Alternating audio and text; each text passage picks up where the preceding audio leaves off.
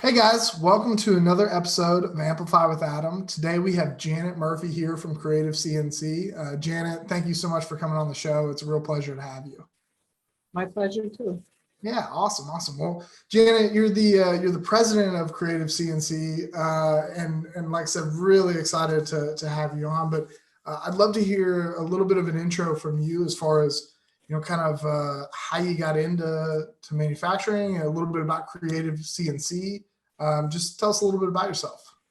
All right. Initially, when I started in this industry, I started in manufacturing. I was working for a machine tool company, and they sold lathes and they sold 5-axis machining equipment. But the funny thing is, I actually went to college. I was supposed to be a high school English teacher, and I just kind of fell into manufacturing. And once I got into it, I actually really enjoyed it. And I left briefly, and I worked in the plastics industry, but I really have a passion for metal manufacturing. And I think it's an awesome industry. I think there's a whole lot of people that don't have any idea about how manufacturing touches your life every day, and just different things from, mold making to just any kind of, metal chip making process. And when I started working, I worked my way up through the ranks of a German machine tool company. And basically I got a lot of exposure to different things. I was very fortunate that a lot of the guys that I worked with, who were actually the technical guys and the engineers in the shop, I was a spare parts manager. I worked my way up to that. I started in parts, but they would always take me out on the floor. They would tell me what was happening. They would explain what the parts were for, what they were doing. I was always very interested in the processes that were happening.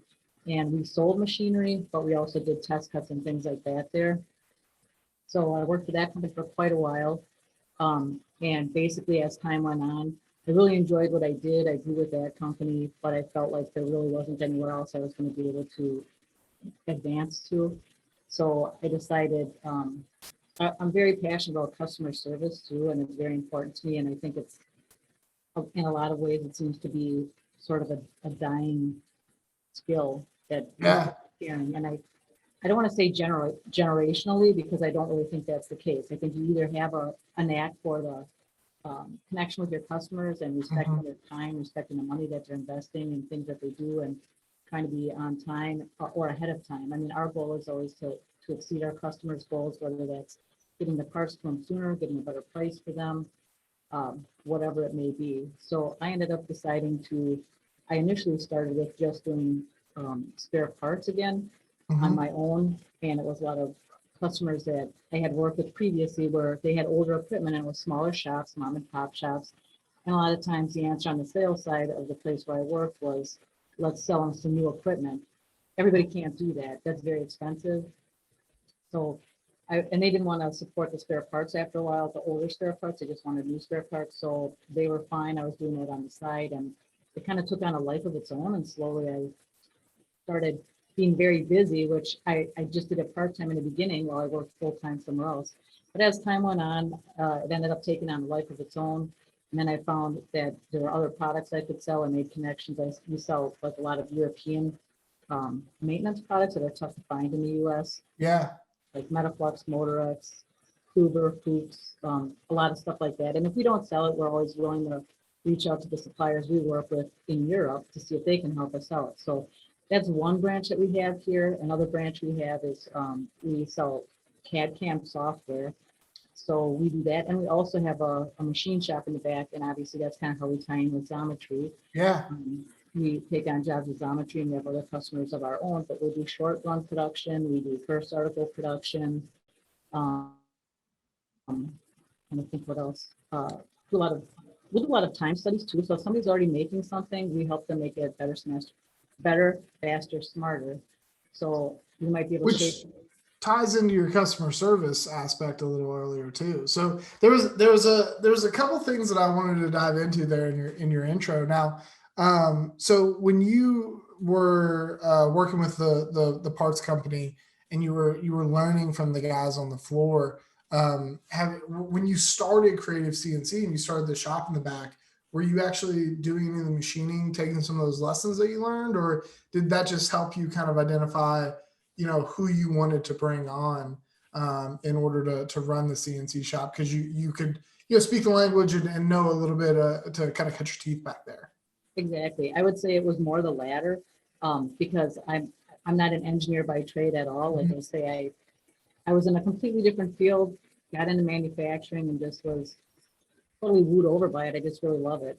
Yeah. So it was more understanding, like when I would talk to customers too, I want to know what they're talking about. If they need something, whether it was a part, if it had to do with the way that things are being machined. I'm also very lucky too, because on the application side, the programmers would talk to me too and explain things to me. And I have to say, it was awesome. And I think a lot of people necessarily are not interested in that. They're there to do their job. They don't really care about the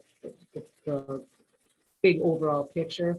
They just want to focus on their piece of the pie. And I'm not like that. And I guess I've just always been kind of naturally curious. So I always like to know, what is this? Where does it go? Why are we doing it like this? Why, why is this process better than this? Or Constantly learning. Yeah, exactly. I'm not going to get on a machine and do anything, but I have actually run them when there's already programs in place, and I can do it. And it's kind of fun. I mean, there's no doubt about that. I like it's like instant gratification, you know? Right. No, and I think it is important, especially the customer service aspect, like you were talking about, being well spoken and knowledgeable on kind of every aspect of the business. You know, that lends itself, when you are customer facing, to a lot of confidence that your shop and your business is going to be able to meet their needs. Now, I do want to give a shout out to your director of complaints, I believe was the title that you gave Cody on Instagram. That is the cutest director of complaints that we have. We'll drop a picture below, but it's your husky mix, right? Or husky. That's correct. Yeah, he's a husky, 100% husky. Yeah, well, he's usually pretty bored. He's bored in the complaints department, but he loves being here. He's here right now. We have him in the shop every day. So no, that's fantastic. And the other thing, so one of the things that I've always been interested in is, you were talking about how manufacturing touches people's lives every day, right? It blows my mind when you think about it, but everything had to be made by somebody, right? Like you'll be driving down the street and you'll see the street signs and you'll be like, it's someone's business to manufacture street signs. You know what I mean? And exactly. And everything from your cell phone to things in the kitchen to, I mean, like even on the cars, like we do a lot of work with, we make a lot of impellers and compressor wheels, things like that. So these are in it, like every day you're driving a car. So, you know, you have the hot side, the cold side, things like that. So nobody thinks about that. You just think that it comes like it's just there or whatever. That's not getting made at the automotive plant. That's getting made from one of their contractors, you know? Yeah. That's what I was actually going to ask. I was going to say, what's one thing that you guys make that you feel like touches a lot of lives? And that's a really interesting one.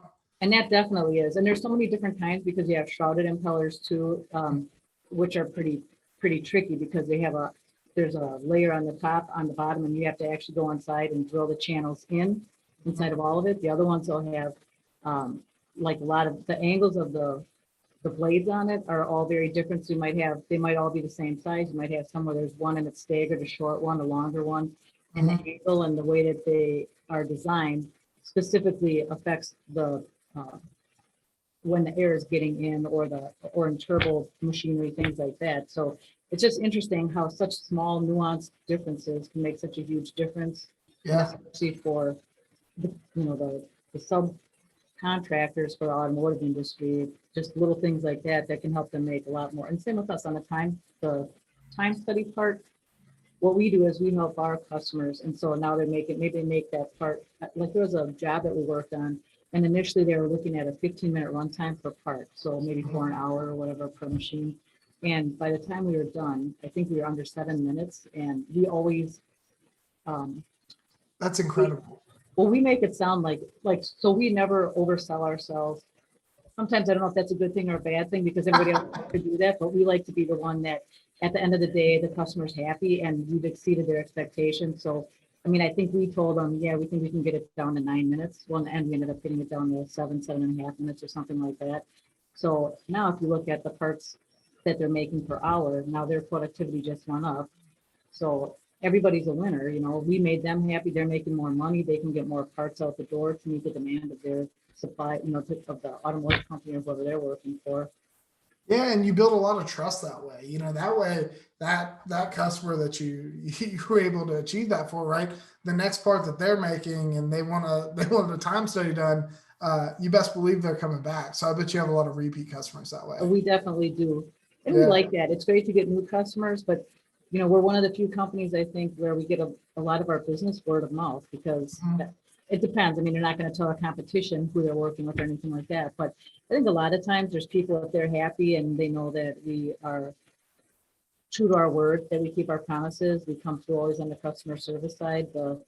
There's a good marriage between the prices we charge and what they're going to get. So I think a lot of people actually do provide word of mouth advertising for us, not intentionally, but just they need, they know somebody that's in a different field, and all of a sudden we're always ready to take on different challenges too. Our applications manager, he likes a good challenge. So Yeah. for him, it's always kind of fun.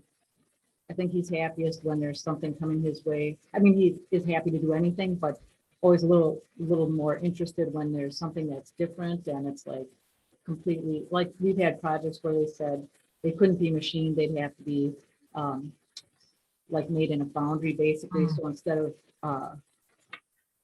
being made of billet, it should be cast, and then he takes a billet solid piece of metal, and then so like people are just, their socks are knocked off. So it's always kind of cool to do something like that. And it's again, and I think that's part of the manufacturing industry. It's like moths to a flame of people that like to problem solve, right? So it's complex issues that and it's how do I think about doing this from a different angle or with a different processy to make it better, quicker, stronger, faster, et cetera. So I think there's a lot of folks that what you're saying right now, it hits home for them. So now I think, customer service, it sounds like it's such a key tenet to your business. What are some ways that you've been able to like really excel? Because it can't just be you being a customer service person, right?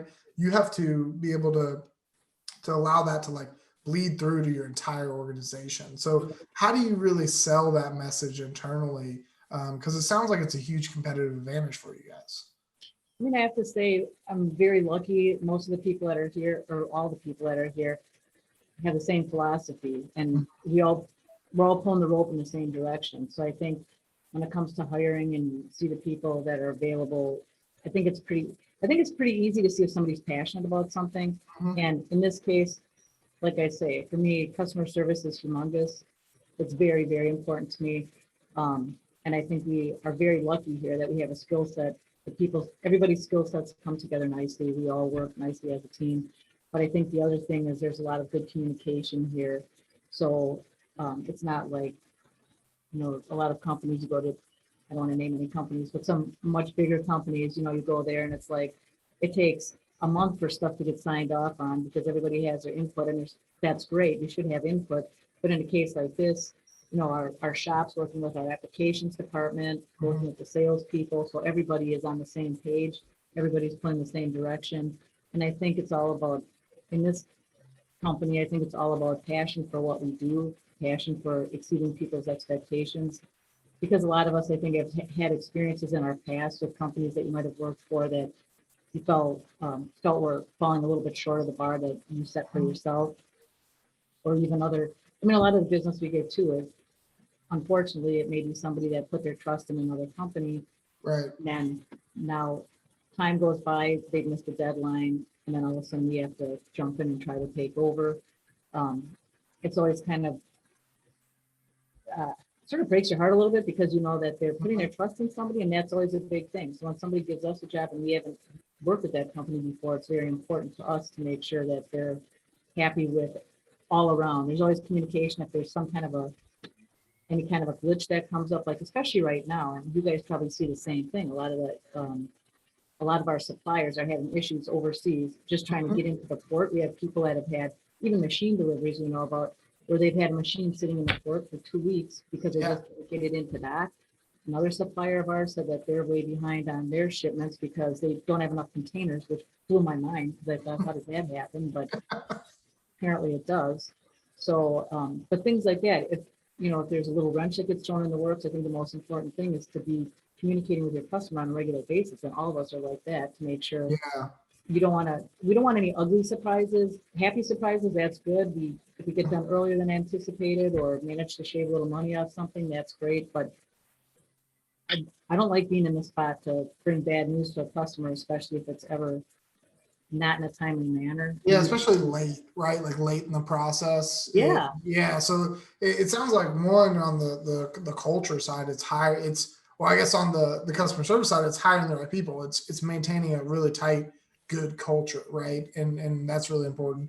And then the other piece of this is communication with your customer and making sure that it's not saving, because a lot of times I feel like that's wrapped up in embarrassment, right? Like It something's totally gone is. wrong. We're embarrassed about that. We don't want to. Maybe something magically right will happen later in the Yeah. process, right? It's just communicate early, and then you can kind of reset expectations, which leads to satisfactory service there. So I think you're so right to point that out.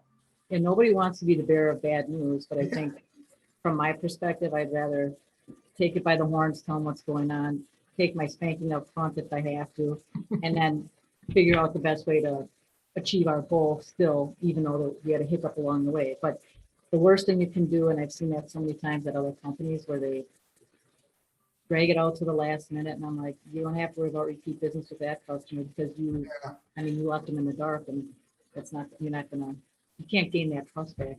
Yeah, absolutely. Now, you've covered a few good things, but one thing I've always asked, so one, the culture is very important in customer service. Those are that's great pieces of advice that you covered. But one thing I've always asked is if you're talking to someone that's looking to get into the space, right? And you've clearly run a successful business for quite some time.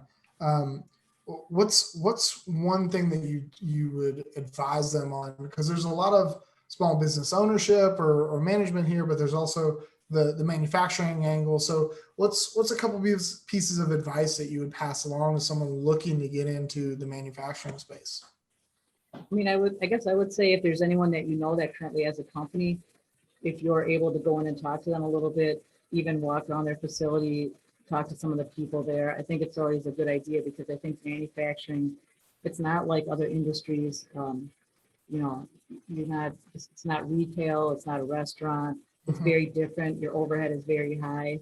The equipment is expensive. I think you have to definitely have a good idea of what you're getting into before you get into it. It's one thing I think in the beginning, if you are starting and you're the person whose shop it is, if you're able to work, have some space at home, working from your garage, working from some kind of a space where you can keep your overhead low, kind of get your feet wet and start taking off slowly. I think that's definitely an advantage. Mhm. Makes it a little goofy sometimes, though. I don't know if you're gonna have a big customer, you don't want to come into your garage or something like that. But I think just to start with, just to get a feel for, especially I think even just for working with vendors, finding out what realistic deliveries are for supplies, for materials, for Mhm. tooling, even tooling sometimes, um, we actually, one of the perks we have is we actually design our own tooling here. Not Mm. everything, but there's a lot of times, like especially in the impellers, we'll come up with our own tooling. So we're a little more in control there, which is a good thing because then your supply and demand for that tool, like when you Yep. need more and things like that. And we actually sell it to our customers, so that's always good.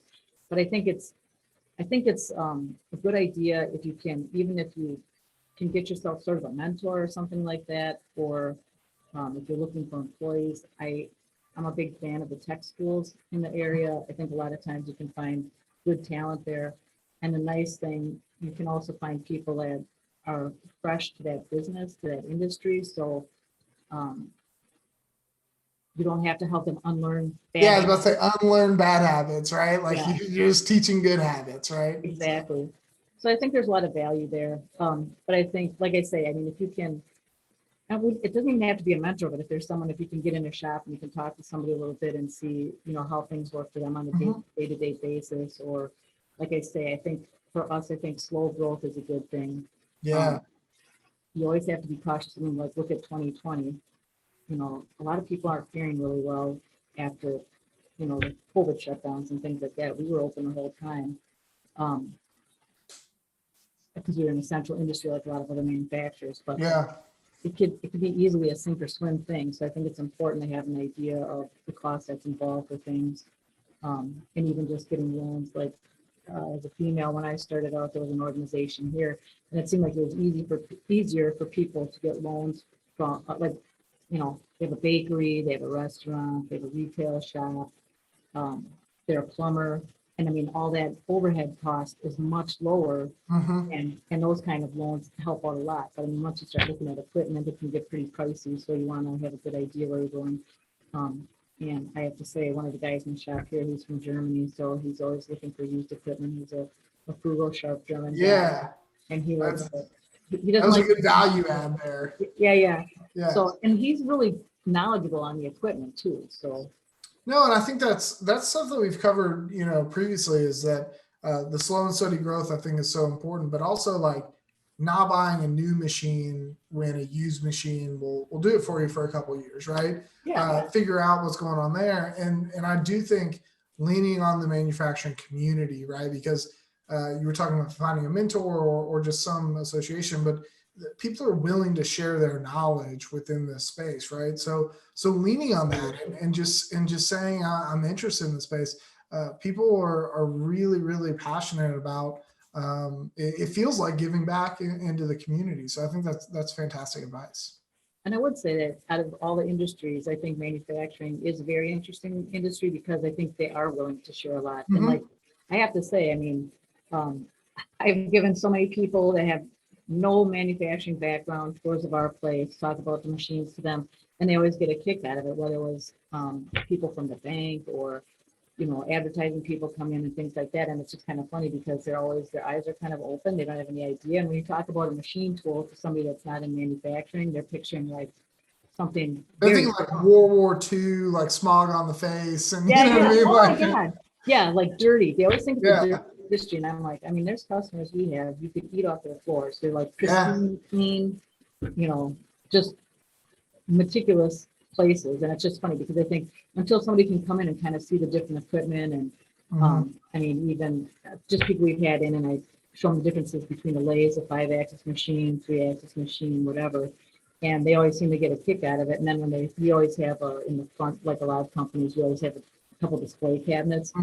Kind of cool. And I have to say too, when I worked at the other company, I would go in for my kids when they were young and they had junior achievement classes. I'd go in and I'd bring in like samples of replacement knees and things like that and show the kids. And it was like, I think when it's tangible and you can kind of see things, we have like a heart valve here, and people see stuff like that and they think, you have no idea. I mean, and it's huge, that thing, but it's like just kind of cool to see the industry from a different perspective.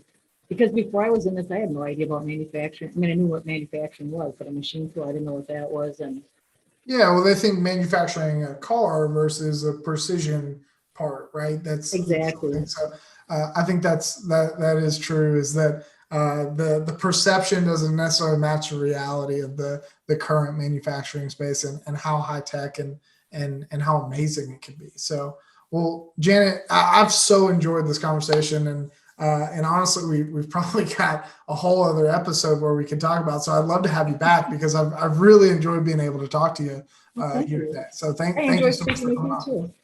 Yeah, absolutely. Absolutely. Now, next time you have to bring Cody on because we got to see Cody next time. Okay. All right, I will. He'll Right. like it. He's a ham. I love it. Well, thank you so much. And thank you guys for tuning in to another episode of Amplify with Adam. Check in next week where we're back with more.